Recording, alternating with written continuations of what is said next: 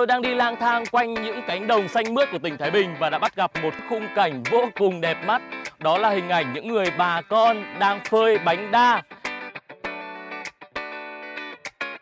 Bầu trời trong xanh, cánh đồng bao la bát ngát, những khuôn bánh đa trắng phản ánh ánh nắng mặt trời vàng ruộm. Tất cả những người yêu nghệ thuật sẽ cảm thấy đam mê khung cảnh thanh bình này.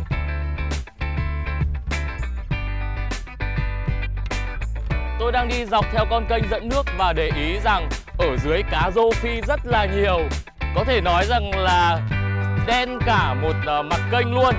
Anh chị ơi, chị có cái cần câu cho em mượn ạ? Đây hả chị? Rồi, em cảm ơn chị.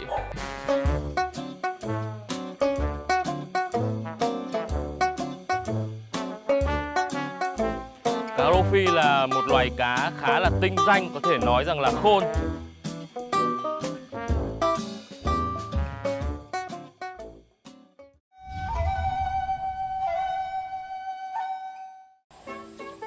Ui.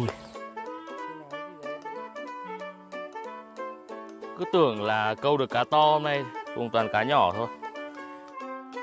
Tôi nghĩ rằng chỗ này đã đủ cho bát canh cá của tôi rồi. Bây giờ về chế biến thôi, nắng quá. Anh ơi, anh bán bánh đa ạ? Đúng rồi. Anh ơi, bánh phơi này thì bao giờ xong ạ? Một lát nữa được em ạ. Thế lát anh để cho em một ít nhá, em sẽ làm món canh cá Quỳnh côi. Đây em vừa mới câu được mấy con. Cá này thì hơi nhỏ tí em ạ. Cá nhỏ có làm được bánh canh không anh? Nó làm cá to thì ngon hơn em ạ. À, thế bây giờ kiếm đâu ra cá to bây giờ nhỉ? Thì mời chú về nhà anh. Rồi làm anh em mình ăn trưa thể. Ôi, thế thì tốt quá, cảm ơn anh. Anh tên là gì ạ? Anh tên là Ruyện. Anh Ruyện đúng không ạ? Vâng, thế mời anh. Dạ. Anh ơi, nồi nước dùng đã sôi chưa ạ? Nồi nước dùng đã sôi rồi đấy. Vâng, em cũng vừa sơ chế qua cá rô xong rồi. Anh cứ lên nhà ngồi chơi sơi nước để em sẽ làm hết những việc còn lại. Sau đó anh em mình sẽ thưởng thức nhá. Rồi, cảm ơn anh. Nồi nước thì ngon từ thịt, ngọt từ xương. Bây giờ thì tôi sẽ cho thêm xương cá vào sau khi đã lọc thịt để tăng thêm độ ngọt. Bây giờ để khử cái mùi tanh của cá thì tôi sẽ sử dụng đến gừng. Đầu tiên là phải nướng qua một chút. Bây giờ tôi sẽ cạo qua cái vỏ.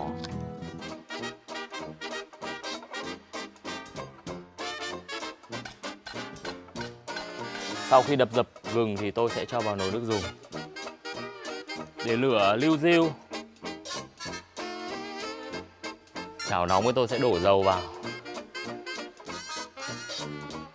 Dầu sôi rồi, bây giờ thì tôi sẽ cho số thịt cá đã lọc vào và một số con cá rô nhỏ.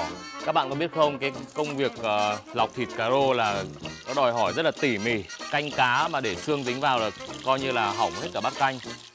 Những chú cá rô nhỏ mà chiên giòn lên chấm với nước chấm rất là ngon.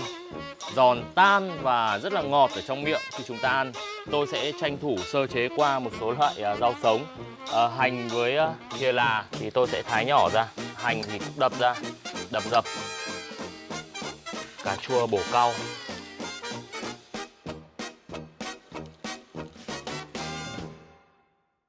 Chảo cá tôi đã vàng ruộm lên rồi. Bây giờ thì bắc ra thôi.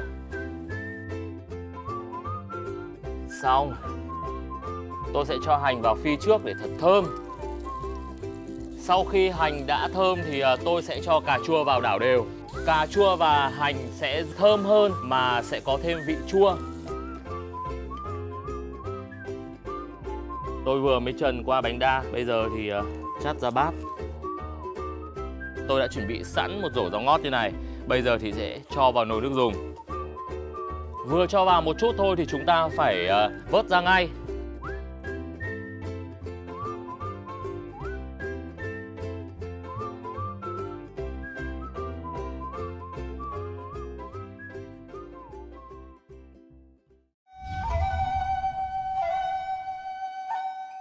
Cũng đến bữa trưa, chắc là anh đói rồi đúng không?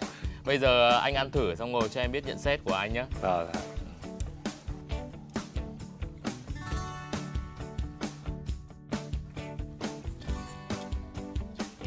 Thế nào hả anh? Ngon tuyệt. Đủ vị chưa anh? Này thêm một chút chanh nữa thì ngon. Một chút chanh.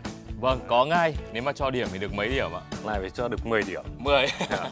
vị ngọt của nước dùng cộng với giòn tan của thịt cá, thanh mát của rau ngót, tất cả đã hòa quyện vào tạo thành một trong những món đặc sản của đồng quê không thể nào quên được nếu như các bạn có dịp thử một lần.